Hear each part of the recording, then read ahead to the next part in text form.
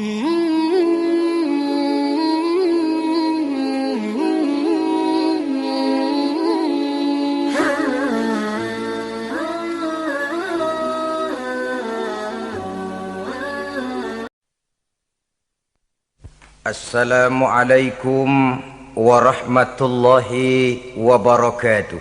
Waalaikumsalam warahmatullahi wabarakatuh. Bismillahirrahmanirrahim. Alhamdulillahi rabbil alamin. Wal aqibatu lil muttaqin. Wala udwana illa 'alal zalimin.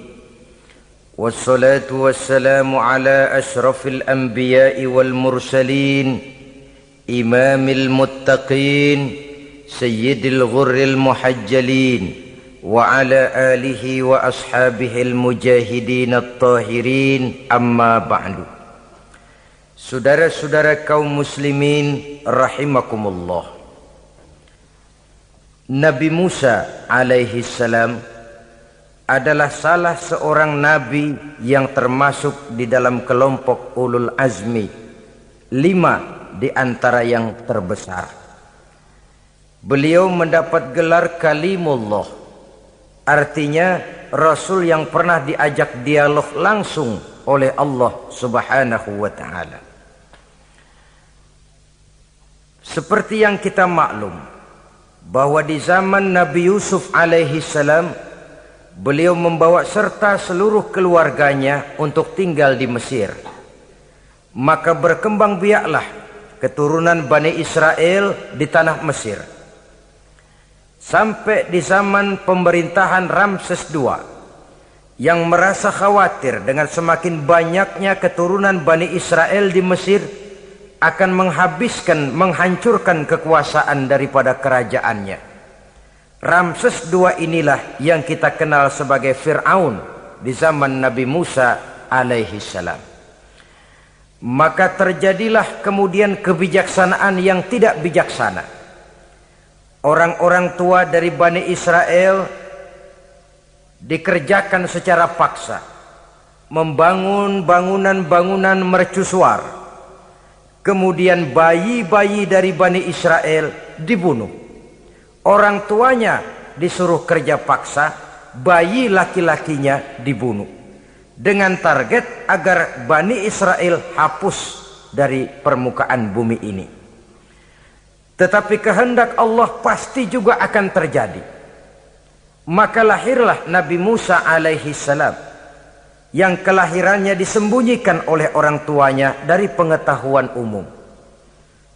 Namun bagaimanapun disembunyikan, kekhawatiran itu datang juga di hati ibu Nabi Musa alaihi salam. Allah kemudian memberikan ilham kepada ibu daripada Nabi Musa. Masukkan anakmu ke dalam satu peti, hanyutkan di sungai Nil. Itu dilakukan oleh ibu Nabi Musa alaihi salam. Dimasukkannya bayi Musa ini ke dalam peti, ditutup rapat, dihanyutkan di sungai Nil. Kemudian ibu tadi memerintahkan saudara perempuannya untuk mengikuti kemana peti ini hanyut di bawah arus sungai Nil. Adapun peti ini kemudian hanyut dibawa oleh arus sungai Nil memasuki istana Fir'aun. Maka permaisuri atau istri daripada Fir'aun melihat peti hanyut itu, diperintahkan tentaranya untuk mengambil peti tadi. Manakala peti terbuka, berisi seorang bayi laki-laki yang sangat mungil, sangat gembiralah istri daripada Fir'aun. Diusulkannya kepada suaminya agar bayi laki-laki tadi diambil saja, dijadikan sebagai anak angkat, dipelihara dan dibesarkan dalam istana. Fir'aun menerima usul daripada istrinya. Maka sejak saat itu dijaga, dipelihara dan dibesarkanlah Nabi Musa alaihi salam di lingkungan istana Fir'aun laknatullah alaihi. Begitulah ia memasuki masa remajanya, tumbuh sebagai anak angkat daripada Fir'aun dengan segala fasilitas yang serba cukup di dalam istana Fir'aun. Sampai pada masanya di mana ia kemudian menyadari bahwa ia sebenarnya bukan dari keturunan orang-orang Mesir, tapi berasal dari keturunan Bani Israel. Sehingga satu hari ketika ia keluar dari istana, ia bertemu dengan orang yang sedang bertengkar. Satu dari keturunan Bani Israel, satu lagi dari orang Mesir.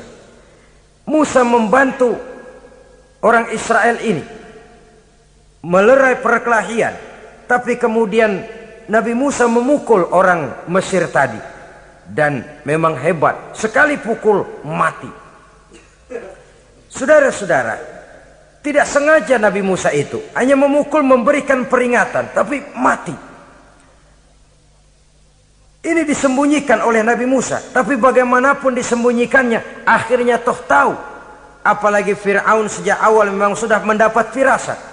Jangan-jangan inilah yang banyak diramalkan oleh dukun-dukunku, ahli nujum di istanaku, bahwa akan lahir seorang anak laki-laki dari keturunan Bani Israel yang akan menghancurkan kekuasaanku, memusnahkan kerajaanku. Jangan-jangan ini orangnya.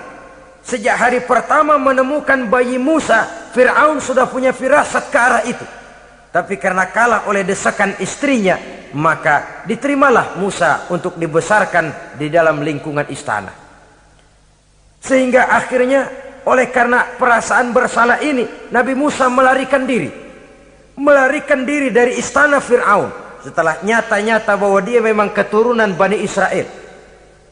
Melarikan dirilah Nabi Musa alaihi salam keluar dari Mesir menuju negeri Madian. Di dalam pengembaraannya, saudara-saudara, di satu lembah, Nabi Musa ketika itu belum menjadi nabi. Pemuda Musa ketika itu sedang beristirahat. Dari kejauhan dilihatnya orang sedang berdesak-desakan. Rupanya adalah pengembala-pengembala kambing yang akan mengambil air dari dalam sumur. Mereka berdesak-desakan, berebut karena sumur cuma satu, yang ngambil air kelewat banyak. Di antara desakan-desakan orang itu, Nabi Musa melihat dua orang wanita kakak beradik minggir saja, tidak ikut berdesak-desakan. Nabi Musa menghampiri dua wanita tadi. Kamu sedang apa di sini? Kami sebenarnya ingin mengambil air. Kenapa tidak ikut berdesak-desakan? Itulah soalnya.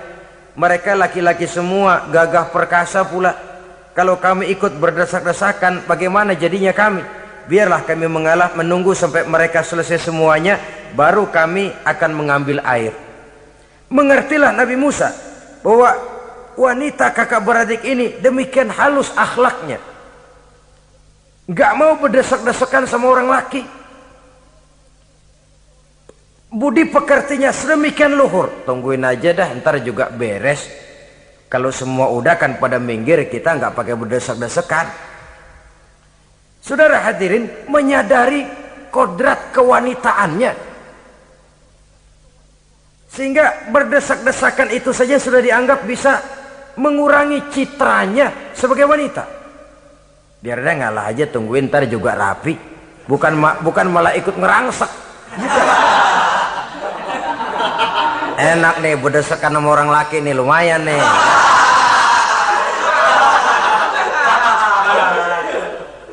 Sepintas itu saja sudah cukup bagi Nabi Musa, pemuda Musa, untuk menilai akhlak daripada wanita itu tadi.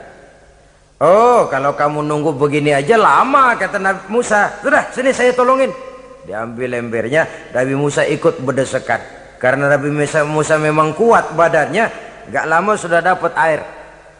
Sodorkan ke sana. Si wanita segera tahu bahwa pemuda ini begitu baik budi pekertinya, mau menolong orang yang dalam kesusahan. Akhirnya, bagaimana kalau kamu ikut saja ke rumah saya? Bapak saya sudah tua, senang hatinya kalau kamu ikut ke rumah, kenalan sama bapak saya. Ayolah, ayolah, berangkatlah. Dalam perjalanan, si wanita ini berjalan duluan, Nabi Musa di belakang. Kemudian Nabi Musa bilang, sebentar, saya duluan, kamu belakangan. Kenapa rupanya? Angin nakal bertiup menghembus pakaian si wanita, sehingga memberikan gambaran yang agak jelas tentang warna bentuk postur badan si wanita itu tadi. Sekarang Musa yang menunjukkan budi pekerti yang luhur. Gak mentang-mentang ditiup angin, nah mumpung nih.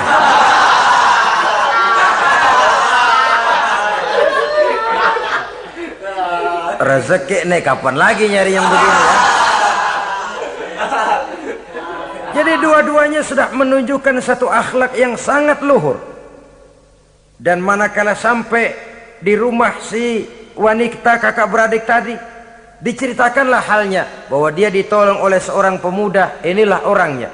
Sangat bersukacitalah hati orang tua kedua wanita itu tadi. Lalu usul si wanita tadi, Pak, kita kan di sini banyak punya kambing, nggak ada yang bantuin gembala. Bapak sudah tua. Kalau ini orang kita minta tinggal di sini saja, gimana Pak? Ya terserah kamulah. Akhirnya Nabi Musa tinggal di sana. Menurut satu riwayat 8 tahun ikut mengembalakan kambing. Dan orang tua tadi tidak lain adalah Nabi Syuaib alaihi salam, yang pada akhirnya kemudian Nabi Musa dikawinkan dengan wanita itu tadi. Setelah berumah tangga, Nabi Musa ingat kembali bahwa ia sesungguhnya keluar dari Mesir karena menghindarkan diri. Bahwa kaumnya Bani Israel hidup di Mesir itu tertindas di bawah rezim kekuasaan Fir'aun yang zalim. Dikerjakan secara paksa, wanita dipermalukan, bayi-bayi laki-laki dibunuh. Tergerak hatinya. Dia sudah enak, punya mertua bijaksana, punya istri cantik, hidup tenang sebagai pengembala kambing. Tapi nurani kebangsaannya berontak. Saya tidak boleh bersenang-senang sementara bangsa saya ditindas. Saya tidak boleh menari di atas bangkai saudara saya. Saya tidak boleh tersenyum di atas penderitaan saudara-saudara saya. Saudara-saudara saya Bani Israel merintih di bawah penindasan Fir'aun. Saya harus membebaskan mereka. Diceritakanlah hal ini kepada mertuanya. Wah, ya, kalau pakai bahasa mertua, saya mau kembali ke Mesir. Untuk apa Musa? Untuk menyelamatkan saudara-saudara saya Bani Israel yang masih dalam cengkraman kezaliman rezim Fir'aun. Saya harus membebaskan mereka. Ya kalau memang itu tekadmu nak, berangkatlah. Bapak mengiringimu dengan doa. Berangkatlah Nabi Musa bersama istrinya. Sampai ketika beliau sedang istirahat di satu lembah, dari kejauhan beliau melihat ada api menyala. Beliau berkata kepada istrinya, kau tunggu di sini. Tidak lama saya akan kembali. Saya akan menghampiri api itu. Berangkat Nabi Musa ke arah api menyala tadi. Makin didekati makin terang sinarnya. Sampai kemudian terdengar suara, ya Musa, inni ana rabbuka fakhla' na'laik. Innaka bil wadil muqaddasi tuwa wa ana akhtartuka fastami' lima yuha. Wahai Musa, akulah Tuhanmu, bukalah terompahmu. Sesungguhnya engkau berada di satu lembah yang disucikan bernama lembah tua. Aku telah memilihmu Musa, dan sekarang dengarlah apa yang diwahyukan kepadamu. Pada saat itulah turun wahyu pertama, dan resmilah sudah Nabi Musa diangkat menjadi Rasul oleh Allah Subhanahu wa ta'ala di satu lembah di Bukit Tursina. Apa wahyu yang pertama turun? Bunyinya, innani anallah la ilaha illa ana fa'budni. Sesungguhnya aku inilah adalah benar-benar Tuhanmu, tidak ada Allah selain daripada aku, maka hendaklah engkau hanya beribadah menyembah kepada aku. Ini umum saudara. Semua Rasul yang diutus Allah, inilah ajaran prinsipnya. Anallah la ilaha illa ana. Akulah Allah Tuhanmu, tidak ada Tuhan lain selain Allah. Semua Rasul membawa ajaran ini. Oleh sebab itu, bukan hanya sekadar percaya kepada Tuhan saja yang penting. Sudahlah, pokoknya kan percaya kepada Tuhan. Iya, Tuhan yang mana?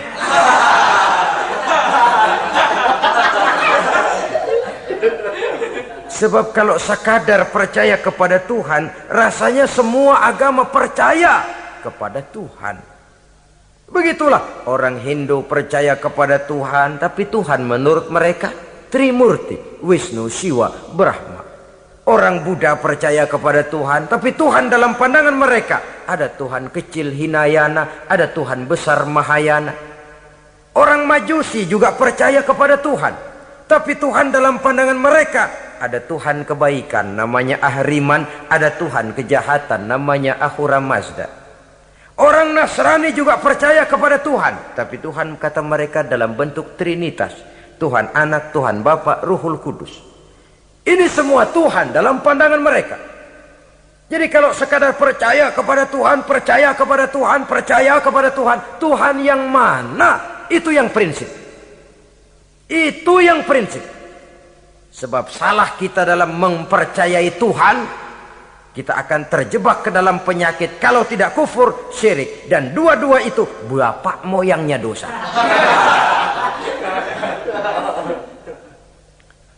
Sebab itu Islam menyelamatkan kita masyarakat manusia. Ya ayyuhan nasu ubudu rabbakumul ladzi khalaqakum. Hai manusia, Tuhanmu yang perlu kamu sembah itu hanyalah Tuhan yang telah menciptakan kamu, dan itu tidak lain adalah Allah yang lam yalid walam yulad walam yakul lahu kufuwan ahad, yang laisa kamislihi syai'un. Ia tidak beranak, ia tidak diperanakkan, dan ia tidak bisa diserupakan dengan apapun. Dialah Allah itu. Begitu wahyu yang diberikan kepada Adam, kepada Nuh, kepada Ibrahim, kepada Yusuf, bahkan kepada Musa alaihi salam. Innani anallah la ilaha illa ana fa'budni. Akulah Allah Tuhanmu, tidak ada Tuhan lain selain daripada aku Allah, maka kepadakulah kamu hanya menyembah. Ini wahyu yang pertama turun, sudah berisi tauhid.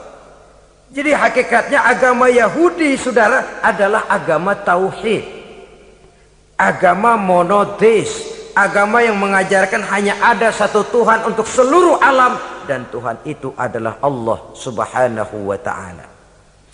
Sebab itu syahadat orang Yahudi bunyinya begini: Shema Yisrael Yahweh Elohenu Yahweh Echad.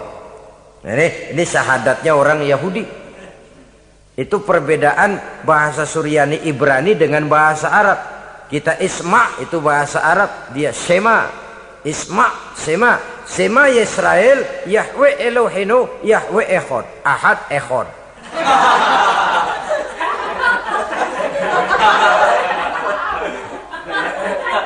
Maksudnya jelas, Shema Yisrael Yahweh Elohenu Yahweh Echad. Dengarlah hai Israel, Tuhan kita ialah Tuhan yang Esa.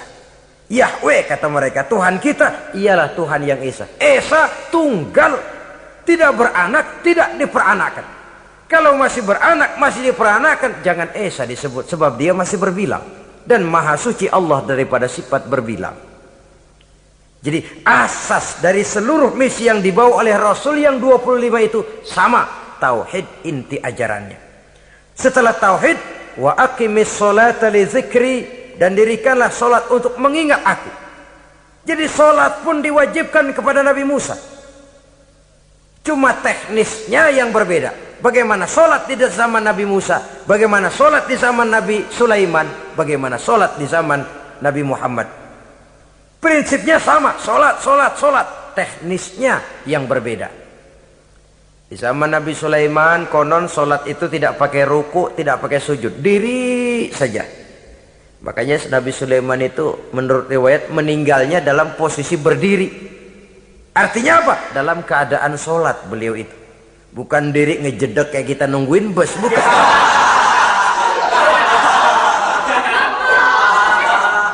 Berdiri dalam kondisi solat. Tapi yang jelas solat itu setiap Nabi, hanya teknisnya saja yang berbeda. Jadi ini sudah akidah dan syariat. Akulah Allah Tuhanmu, tidak ada Tuhan lain selain aku. Ini kan akidah. Yang kedua, wa aqimis sholata li dzikri, syariat. Dirikan solat untuk mengingat aku. Inna sa'ata atiyatun, sesungguhnya kiamat itu pasti akan datang. Ini juga sudah urusan beriman, percaya kepada yang gaib. Saudara-saudara kaum muslimin rahimakumullah. Setelah mendapat wahyu ini, turunlah perintah Allah kepada Nabi Musa. Apa kata Allah? Izhab ila fir'auna innahu tagha. Sekarang Musa, berangkatlah kamu menuju Fir'aun. Ia telah melampaui batas. Berangkatlah kamu ke sana Musa, hadapi Fir'aun, sampaikan dakwah ini. Ia telah melampaui batas. Innahu tagha. Ia telah berlebih-lebihan. Nah, saudara-saudara, jadi dua fungsi sudah. Kalau pada mulanya Nabi Musa berniat kembali ke Mesir hanya untuk membebaskan kaumnya Bani Israel, sekarang malah bertambah. Tidak hanya sekedar itu, malah lebih utama adalah menyampaikan risalah, menyampaikan misi kerasulannya, menyadarkan Fir'aun, menegakkan tauhid, mengembangkan syariat. Bertambahlah tugas Nabi Musa sebagai pejuang bangsa, juga sebagai mujahid, pejuang agama. Pada mulanya sebagai pejuang bangsa tuh. Artinya Nabi Musa ini kembali kepada Fir'aun di Mesir, tujuannya tadi kan cuma untuk membebaskan Bani Israel kaumnya. Ini pejuang bangsa. Tapi di tengah jalan ia mendapat wahyu. Berangkat kau kepada Fir'aun, innahu tagha, ia telah melampaui batas. Sadarkan dirinya. Canangkan tauhid, sampaikan syariat. Bertambahlah tugasnya. Lebih daripada sekedar pejuang bangsa, ia juga pejuang agama, pejuang tauhid. Dwi fungsi. Kadang-kadang ada pejuang agama tapi tidak pejuang bangsa. Kadang-kadang ada pejuang bangsa tapi tidak pejuang agama. Nah, saudara-saudara kaum muslimin rahimakumullah, idealnya ya kedua-duanya. Ya pejuang agama, ya pejuang bangsa juga. Mendapat tugas seperti ini, apa permohonan Nabi Musa alaihi salam?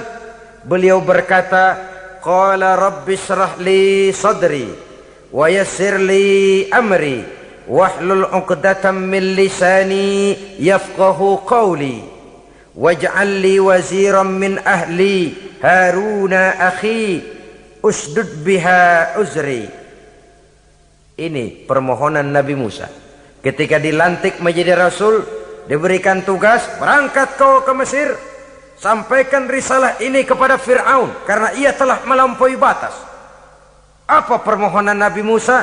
Rabbi syrah li sadri, ya Allah, lapangkan hati saya. Wa yassir li amri, mudahkan urusan saya. Wahlul 'uqdatam min lisani, buka kebekuan lidah saya. Yafqahu qawli, sehingga mereka mengerti apa yang akan saya bicarakan. Ini kondisi dasar. Memulai satu perjuangan dengan persiapan dasar. Apa permohonan pertama? Isyrah li sadri, lapangkan jiwa saya. Menghadapi musuh dengan jiwa yang lapang itu penting. So, kalau kita menghadapi musuh dengan jiwa yang sempit, kita sudah kalah sebelum perang. Menghadapi musuh dengan jiwa yang lapang, artinya masih berharap kalau dia mau mengikuti ajaran ini. Jadi pada tahap pertama itu datang bukan sebagai orang yang mau membasmi, tapi sebagai orang yang mau menyelamatkan. Ini perlu jiwa yang lapang. Sebab dakwah Nabi Musa itu kan pertama menyadarkan Fir'aun dulu. Nanti akan kita lihat setelah disadarkan dengan kata-kata, tidak kena juga dengan bukti berupa mukjizat. Masih bandel juga. Musa mohon supaya dikirim bencana. Masih nggak mempan juga, habis dah urusan. Jadi ada tahapan sesuai dengan kemungkinan Fir'aun bisa menerima. Sama juga bayi itu kan kalau baru lahir ke dunia, brol, kasih susu emaknya dulu. Gedean dikit, bubur. Gedean lagi, nasi ulek dah. Udah gede betul, nasi. Udah gede banget, jengkol jejelin.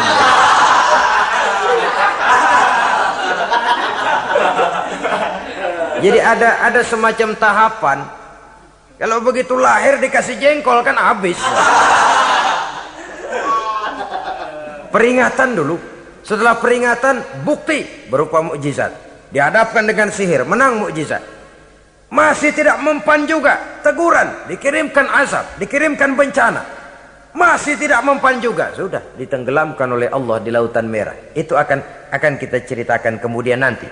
Jadi apa yang diminta oleh Nabi Musa, ya Allah, lapangkan hati saya menghadapi Fir'aun ini, Fir'aun CS, Fir'aun, Haman dan lain-lain. Dan jangan lupa Fir'aun itu cuma ya hakikat tapi juga simbol. Hakikatnya memang ada yang namanya Fir'aun itu. Simbol karena Fir'aun selalu berkembang. Di setiap zaman, di setiap tempat Fir'aun selalu ada.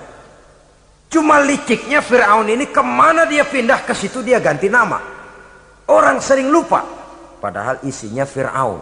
Namanya bisa Hitler, namanya bisa Mussolini, namanya bisa Stalin, tapi isinya Fir'aun. Kemana dia tinggal, di situ dia ganti nama. Simbol dari kekuasaan yang terlepas dari kontrol iman. Simbol dari kekuasaan yang menyebabkan orang lupa diri dan lupa daratan. Dan sebenarnya mah Fir'aun mulanya cuman raja tuh, raja doangan dia. Cuman kelamaan jadi raja, kagak mau turun-turun. Akhirnya dia menganggap tidak ada yang lebih tinggi daripadanya. Apalagi ketika Nabi Musa datang mengajarkan ada Tuhan lain, yaitu ada Tuhan yang sebenarnya, yaitu Allah. Lah Fir'aun sampai kepada puncak kekurang ajarannya, memproklamirkan diri sebagai Tuhan. Ana rabbukumul a'la. Bukan karena kebodohannya sebenarnya, tapi karena gengsi kekuasaannya. Nah ini, gengsi kekuasaan ini sering menyebabkan orang overacting. Fir'aun bukan bodoh, bukan. Fir'aun bukan tidak tahu kalau Musa itu benar, tahu. Fir'aun bukan tidak ngerti kalau itu mukjizat, sihir kalah, tahu. Tapi gengsi kekuasaan. Gua kan raja, masa di depan rakyat tunduk sama Musa? Gengsi dong.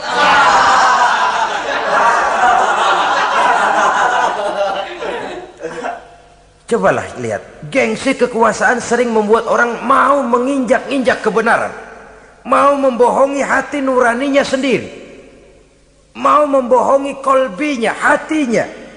Padahal itu sudah, orang kalau sudah hatinya sendiri dibohongin, apalagi orang lain, sudah manusia paling kejam itu. Cuma karena gengsi kekuasaan saja. Gengsi kekuasaan kadang menganggap remeh kecil Nabi Musa, kadang merasa besar di depan rakyatnya, tiba-tiba harus tunduk kepada dakwah Musa. Ntar dulu, ada apa sama Musa? Dia kanyut, gue yang ngangkat.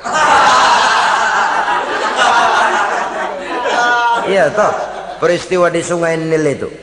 Karena aku yang nyelamatin, aku yang besarkan dia di istanaku. Gengsi kekuasaan sering menyebabkan orang overacting.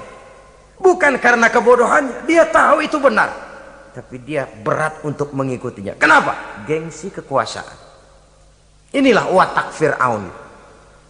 Oleh sebab itu Nabi Musa minta, ya Allah, lapangkan hati saya menghadapi orang kayak Fir'aun ini. Wa yassirli amri, dan mudahkan urusan saya. Ini orang berjuang itu, saudara, setelah segala taktik dan strategi dibicarakan, segala persiapan fisik disiapkan, jangan lupa wa yassirli amri, ya Allah, mudahkan urusan saya. Sebab sepanjang yang bisa kita lakukan hanyalah berusaha dan berusaha. Kepastian, ketentuan, hak prerogatif daripada Allah Azza wa Jalla. Kalau Allah memberikan kemudahan, satu dunia orang mau menghadang, no problem. Kalau Allah sudah memberikan kemudahan, satu dunia orang mau mendatangkan kesulitan, gak ada gunanya. Wa yassirli amri, mudahkan kiranya urusan saya ini, ya Allah. Karena sudah terbayang oleh Musa. Pertama, faktor psikologis. Bagaimanapun Fir'aun itu kan bapak angkat sendiri. Ya orang kalau nasihatin orang lain barangkali nggak terlalu jadi beban moral. Tapi kalau sudah menasehati orang yang pernah mengasuh dan membesarkan dia, itu kan beban moral. Sulit posisi ini. Apalagi kekuasaan mutlak berada di tangannya, tentaranya gagah perkasa. Wa yassirli amri, mudahkanlah urusan saya, ya Allah. Lapangkan hati, mudahkan urusan. Saudara-saudara kaum muslimin rahimakumullah. Permohonan yang ketiga dari Nabi Musa setelah minta dilapangkan hati dan dimudahkan urusan, wahlul 'uqdatam min lisani, bukalah kebekuan lidahku. Satu riwayat menjelaskan bahwa Nabi Musa memang agak gagap kalau bicara. Riwayat lain menjelaskan bahwa beliau agak sedikit cadel. Tapi yang jelas, minta agar dibukakan kebekuan lidah. Ini mengandung satu pelajaran, bahwa cara menyampaikan sesuatu akan sangat menentukan sesuatu itu sendiri. Sesuatu yang baik, kalau salah cara kita mengucapkannya, salah cara kita menyampaikannya, jadi tidak baik kesan orang. Ini soal ucapan. Soal hati itu Allah saja yang tahu. Tapi kan orang sebelum tahu hati ini, omongan yang didengar, tingkah laku yang dilihat. Maka ini yang diminta oleh Nabi Musa alaihissalam. Misi risalah ini berat. Menyampaikan pesan ilahi ini tidak ringan. Kalau salah saja ngomong, akan timbul kesalah pengertian. Oleh sebab itu, wahlul 'uqdatam min lisani, bukalah kebekuan lidah saya ini, supaya lancar bicara untuk menyampaikan yang hak, menghancurkan yang batil. Cara kita menyuguhkan sesuatu sangat menentukan sesuatu itu sendiri. Saudara datang ke rumah saya, yang saya suguhkan cuma segelas teh pahit dan singkong goreng, tapi kalau dengan kata-kata yang menyentuh, enak didengar telinga, nggak berasa tuh singkong goreng. Sebaliknya yang disuguhkan makanan mahal, mewah, lezat, caranya kasar, omongannya nggak enak didengar. Makan dah sikat abisin deh, gue tahu lu lapar, abisin deh.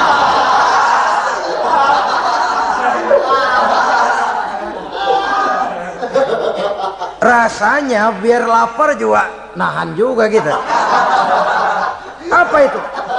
Bukan makanannya yang tidak enak, bukan kita nggak doyan, bukan caranya itu loh, caranya.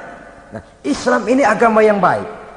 Kalau disampaikan dengan kata yang tidak baik, akan timbul, oh Islam kok gitu ya. Nah ini yang tidak diinginkan oleh Nabi Musa. Wahlul 'uqdatam min lisani. Kita begitulah dalam kehidupan ini, kadang mendengar satu ceramah bisa berurai air mata, bisa histeris, bisa gembira. Kenapa? Kepandaian orang menyampaikannya. Bicara dia 2-3 jam, rasanya baru 5 menit, baru sebentar kok tahu-tahu sudah selesai. Ada yang udah setengah jam, baru seperempat jam ngomong, udah rasanya udah kayak 3 jam.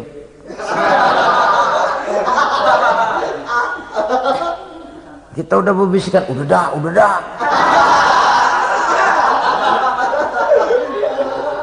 Wahlul 'uqdatam min lisani. Targetnya apa? Yafqahu qauli, agar mereka memahami. Tentu lawannya agar mereka tidak salah mengerti, agar mereka tidak salah paham. Sebab kalau misi ini diterima dengan salah paham, dakwah tidak nyambung. Maka ini doa banyak dibaca, diamalkan oleh orang-orang mimbar yang sering pidato. Lapang hati melihat kerumunan orang banyak, tapi nggak dak-dikduk, nggak kena demam mimbar. Udara dingin tapi keringat, baju basah. Saudara hadirin yang saya hormati, lalu permohonan yang selanjutnya daripada Nabi Musa alaihi salam, waj'al li waziran min ahli, dan jadikanlah bagiku seorang pembantu dari keluargaku. Siapa? Haruna akhi, dia tidak lain adalah saudaraku Harun.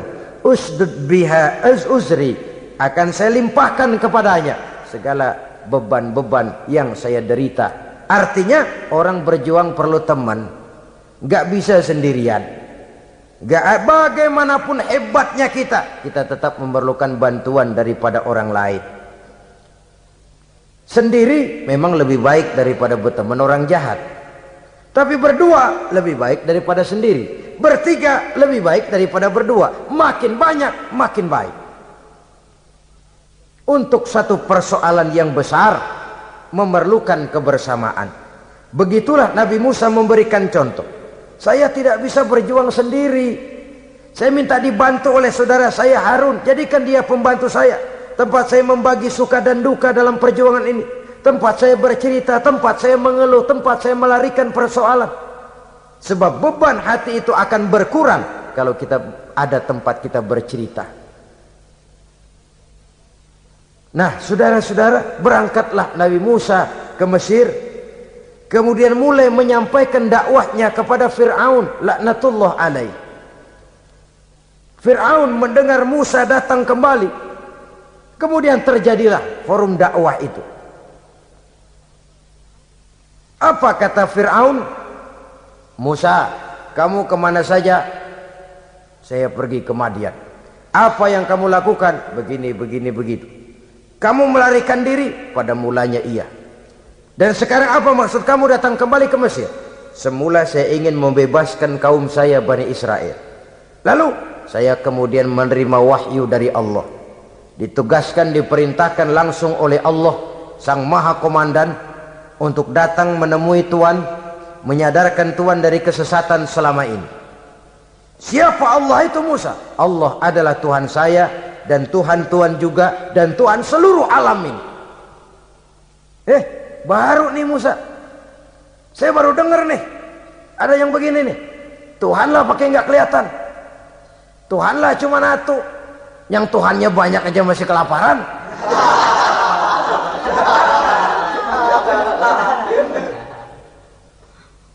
Di mana Tuhanmu? Tuhan saya bersemayam di aras, tempat yang sangat tinggi. Hei Haman, kata Fir'aun kepada Perdana Menterinya, bikin menara yang tinggi, bikin rakyat kerja paksa lagi, bikin menara tinggi, naik Fir'aun ke atasnya, ngelepas panah dari atasnya. Menurut satu riwayat, panah itu ditangkap oleh malaikat, ditublaskan ke ikan, lalu dikembalikan lagi kepada Fir'aun dalam kondisi di mana panah itu berdarah. Dia tangkap lagi oleh Fir'aun, turun ke bawah, pidato di depan rakyatnya. Lihatin, Tuhan Musa udah saya panah nih. Mati. Saudara hadirin yang saya hormati, dengan segala macam dalih Fir'aun mencoba mengingkari dakwah Nabi Musa alaihi salam. Baiklah Musa, andai kata kamu benar, apa buktinya? Tuhan mau apa? Kamu sanggup menandingi tukang sihir saya? Insya Allah. Ayo kumpul tukang sihir, kumpul. Kumpulkan tukang sihir, dilepaskan tali-tali kecil, berubah jadi ular mengejar Musa. Musa oleh Allah difirmankan, lemparkan tongkatmu Musa. Musa melemparkan tongkatnya. Tongkat Musa kemudian berubah menjadi ular besar yang menerkam ular-ular kecil tadi. Habis itu ular kecil ciptaan tukang sihir Fir'aun. Begitu hebat mukjizat yang diberikan Nabi Musa, dan Fir'aun tahu itu mukjizat, tapi dia ingkar juga, tidak mau beriman. Sudah nyata bukti, sudah jelas saksi, dia tetap ingkar. Akhirnya Nabi Musa berdoa memohon kepada Allah, Rabbana innaka ataita fir'auna wa mala'ahu zinatan wa amwalan fil hayatid dunya. Wahai Allah, sungguh engkau telah memberikan kepada Fir'aun dan para pembesarnya zinatan, segala macam perhiasan, wa amwalan, dan segala macam harta benda, fil hayatid dunya, di dalam kehidupan dunia ini. Rabbana liyudillu an sabilik, semuanya hanya menyebabkan mereka jadi sesat dari jalanmu. Rabbana tmis ala amwalihim, ya Allah binasakanlah mereka di dalam hartanya. Wasdud ala qulubihim, tutuplah pintu hatinya. Fala yu'minu hatta yaraul azabal alim, mereka tidak akan beriman sampai mereka melihat azab yang sangat pedih.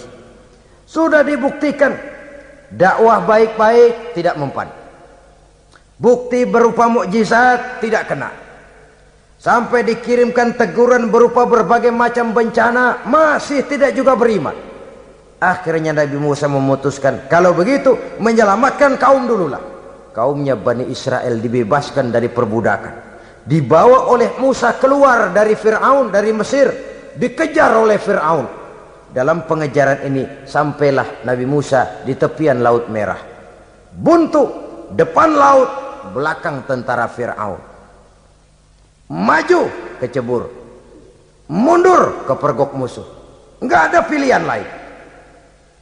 Dalam kondisi seperti ini, Allah subhanahu wa ta'ala berfirman kepada Musa, lemparkan tongkatmu ke laut, hai Musa. Musa melemparkan tongkatnya ke laut, terjadilah mukjizat. Laut terbelah, jalan muncul ke permukaan laut. Lewat Musa di jalan itu. Fir'aun terus mengejar. Ketika Musa sampai di tepian sebelah sana, Fir'aun masih di tengah jalan. Laut menutup kembali, hilang itu jalanan. Fir'aun dan seluruh tentaranya tenggelam di Lautan Merah, mati. Pada saat kondisi seperti itulah Fir'aun dalam keadaan menghadapi sakaratul maut, napas cengap-cengap, hampir putus di leher, berkata dia, amantu bi Rabbi Musa wa Harun. Kalau begini mah saya juga percaya dah sama Tuhan, percaya dah sama Tuhannya Musa dan Tuhannya Harun. Kata malaikat maut, kemarin kemana mas?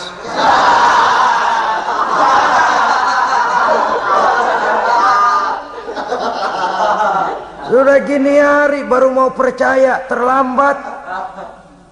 Terlambat. Akhirnya Fir'aun mati. Mati, tapi badannya utuh. Allah berjanji, wa kadzalika nunajjika bi badanika litakuna liman khalfaka ayah. Kami selamatkan badanmu Fir'aun agar menjadi pelajaran bagi orang-orang sesudah kamu nanti. Fir'aun mati tapi badannya selamat terdampar di tepi pantai oleh rakyat Mesir. Wah, ini raja kita nih, raja kita, ketemu hidup mati.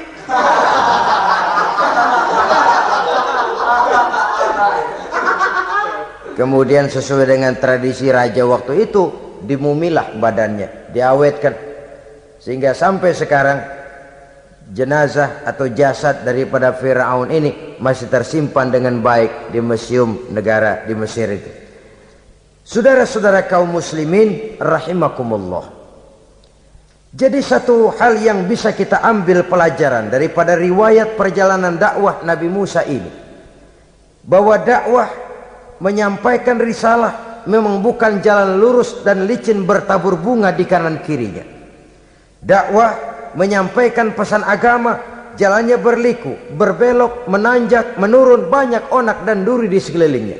Yang paling makan hati adalah apabila sudah berdakwah kepada penguasa yang zalim, seperti halnya Fir'aun ini. Bagaimanapun ia punya kekuasaan, ia punya tentara, ia bisa menghitamkan yang putih, ia bisa memutihkan yang hitam. Kalau bukan iman yang jadi landasan moral dalam perjuangan, orang mudah frustasi. Kalau berdakwah kepada rakyat kecil, resiko kurang. Kalau berdakwah kepada para pengusaha, resiko kurang. Kalau berdakwah kepada kelompok-kelompok yang tidak memegang kekuasaan, resiko kurang.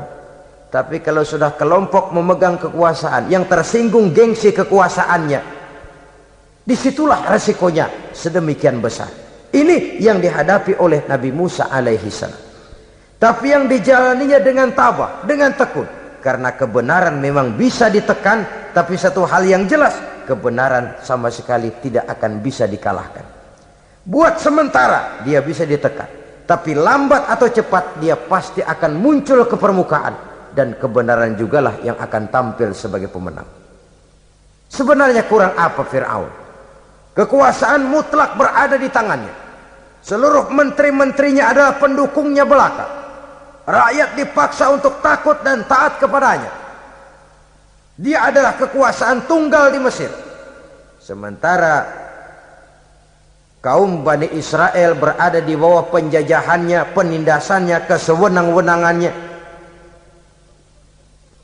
Dan bahkan ketika Nabi Musa sudah menyampaikan dakwahnya, Fir'aun malah sempat mengungkap jasa.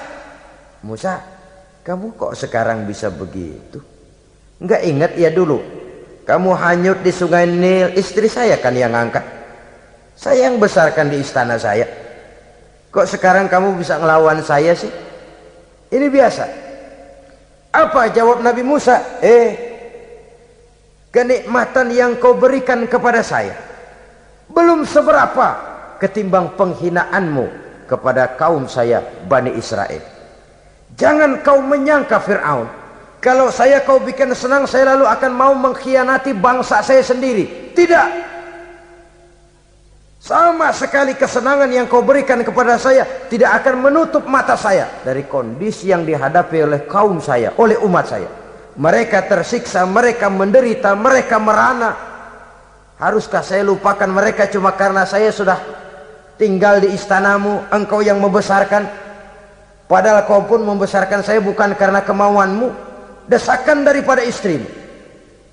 Jangan ngitung-ngitung jasa Fir'aun. Andai katamu jasamu ada kepada saya, belum seberapa ketimbang penghinaanmu kepada bangsa saya Bani Israel. Di situ Nabi Musa menunjukkan sifat nasionalisme yang sangat tinggi, rasa nasionalisme yang sangat mendalam.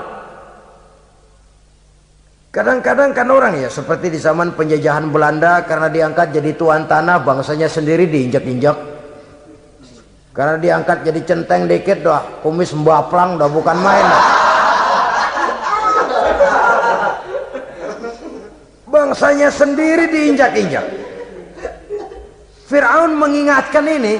Kalau cara kita, lo gede di sini, makan di sini, segala macam di sini dah. Masa lupa kacang sama kulitnya? Kasarnya mah lu bisa begini nih, Musa nih, gue yang ngerawatin lo. Saya yang menjagamu, mengangkatmu dari sungai Nil. Masa sekarang sudah gede begini kamu mau berhadapan dengan saya? Punya pikiran dong dikit kalau cara kita. Mikir dong, mikir. Dulu lagi kanyu di Nil, siapa yang angkat? Musa tidak membantah. Betul itu Fir'aun, betul. Tapi apalah artinya semua itu ketimbang penghinaan yang engkau berikan kepada bangsa saya? Saya tidak mungkin menari-nari di atas bangkai umat saya. Saya tidak mungkin bersenang-senang di atas penderitaan kaum saya. Dan saya tidak mungkin senyum ceria di atas derita daripada kaum saya. Dengan tidak melupakan jasamu, saya tidak akan merubah pendirian saya. Saya ingin membebaskan penjajahan.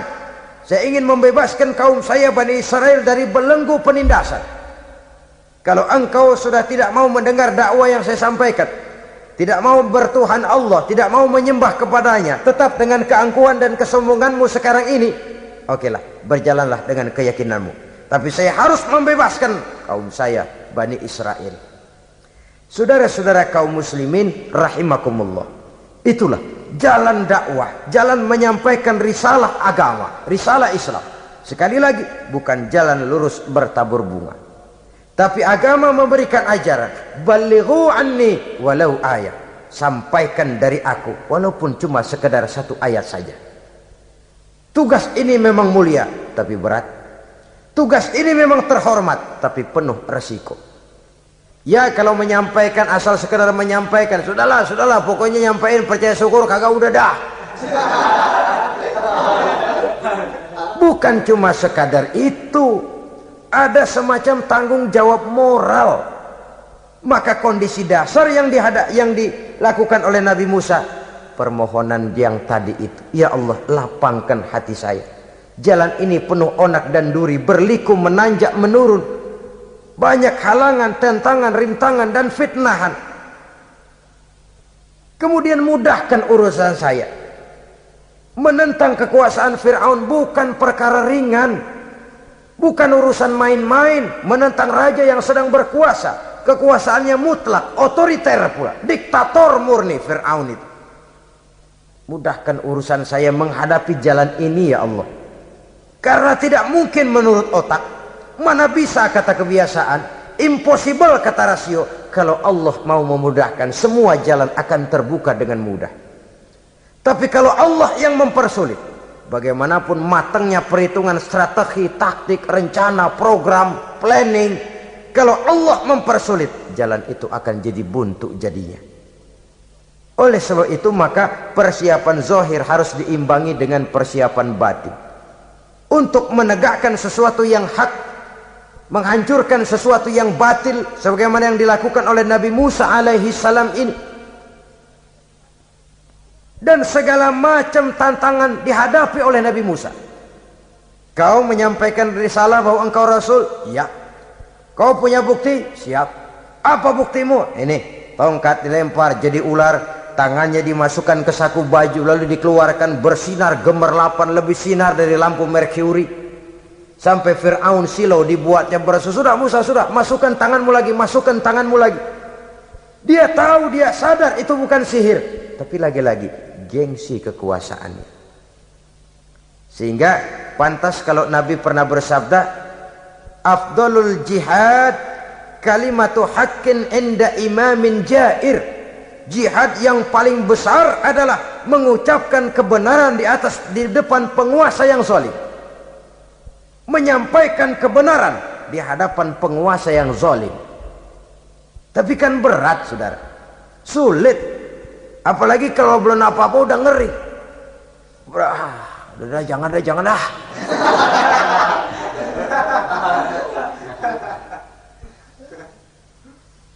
Itu sebabnya Ishrah li sadri, lapangkan hati saya. Saya tidak punya kepentingan apa-apa kecuali menyampaikan kebenaran. Kalau sudah ada kepentingan pribadi, itu yang sering jadi handicap. Itu yang sering jadi jurang pemisah antara kita dengan orang yang akan kita sampaikan kebenaran tadi. Saudara-saudara kaum muslimin rahimakumullah, maka terasa benar relevannya doa yang diajarkan oleh Rasul kepada kita. Allahumma arinal haqqa haqqa warzuqna ittiba'ah wa arinal batila batilan warzuqna ijtinabah. Ya Allah, tunjukkan kepada saya bahwa yang benar itu benar, berikan saya kekuatan untuk mengikutinya.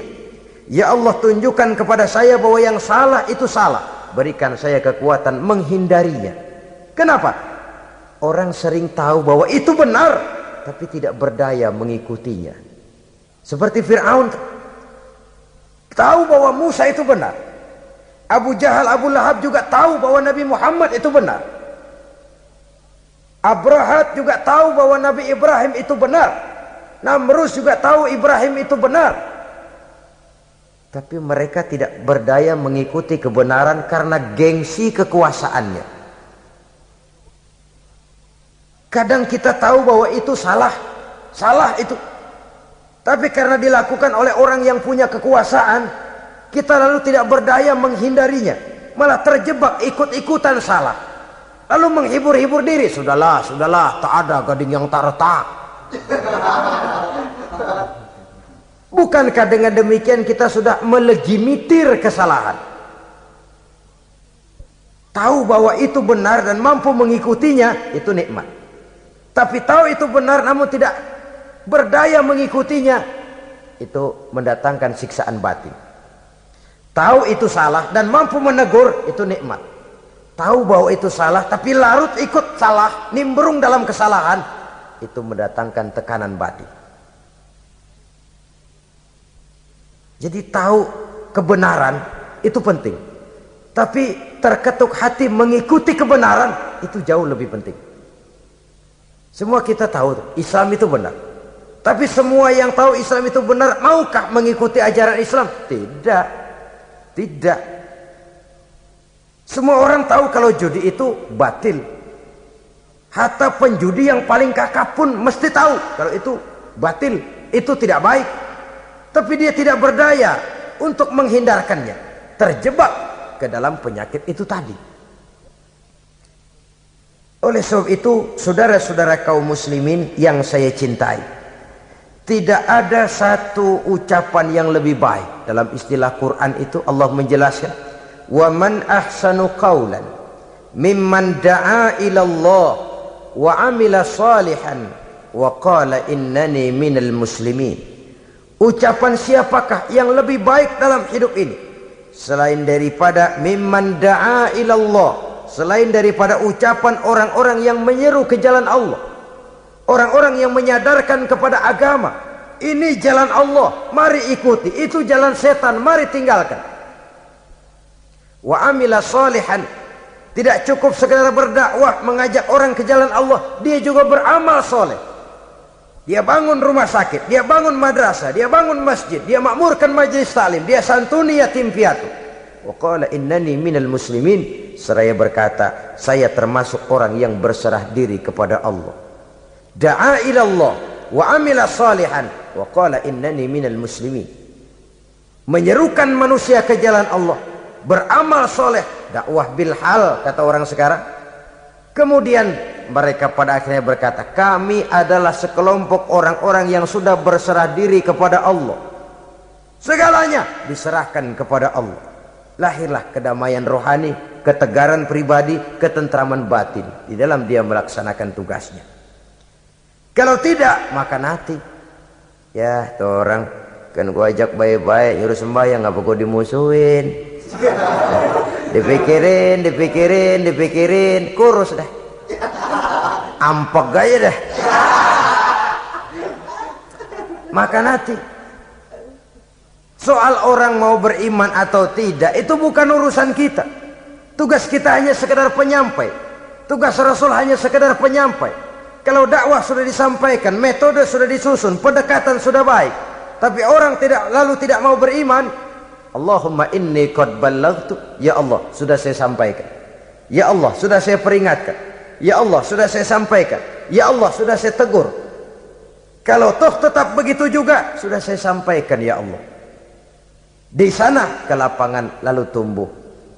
Jadi dengan kata lain, kita hanya berusaha, hidayah adalah di tangan Allah. Oleh sebab itu, kita ini termasuk yang bersyukur telah mendapat limpahan hidayah ini. Kalau kita lihat Fir'aun CS termasuk Haman, Perdana Menterinya, dan seluruh bala tentaranya, kurang apa? Mereka lihat mukjizat. Mereka saksikan kebesaran Allah. Di dunia juga mereka sudah dikirim bencana, teguran kepada mereka, entah tidak juga beriman. Dan strategi Nabi Musa mula-mula dialog, diajak ngomong, diajak bicara, diajak mikir, tukar pikiran. Allah itu begini-begini, oh tidak bisa, iya begini-begitu. Masih tidak percaya juga, dibuktikan mukjizat, tongkat jadi ular, tangan bisa mengeluarkan sinar. Masih ingkar juga, keluar doanya nih, doa yang ada dalam surah Yunus ayat 88-89. Rabbana tmis ala amwalihim, ya Allah cukup dah. Seruan sudah disampaikan, peringatan sudah diberikan, mukjizat sudah mereka lihat, tapi nggak juga mau beriman. Buresin aja harta bendanya dah. Habisin dah. Dikasih perhiasan kehidupan dunia. Innaka ataita fir'auna wa mala'ahu zinatan wa amwalan. Dikasih harta, kesenangan dunia, bikin sesat. Habisin aja dah. Wasdud ala qulubihim, hatinya empat dah. Udah dipatri, udah nggak mempan apa-apa. Sudahlah ya Allah. Wala yu'minu hatta yaraul azabal alim. Rasanya mereka memang nggak bakalan mau beriman kalau belum melihat azab yang sangat pedih. Dan memang setelah timbul tenggelam, napas mau sekarat, baru beriman. Terlambatlah sudah. Nah, saudara-saudara kaum muslimin rahimakumullah, bagaimana akhir daripada perjalanan Nabi Musa ini, insya Allah akan kita bicarakan pada pertemuan berikutnya. Terima kasih atas perhatian saudara. Mohon maaf atas segala kekurangan. Wassalamualaikum warahmatullahi wabarakatuh.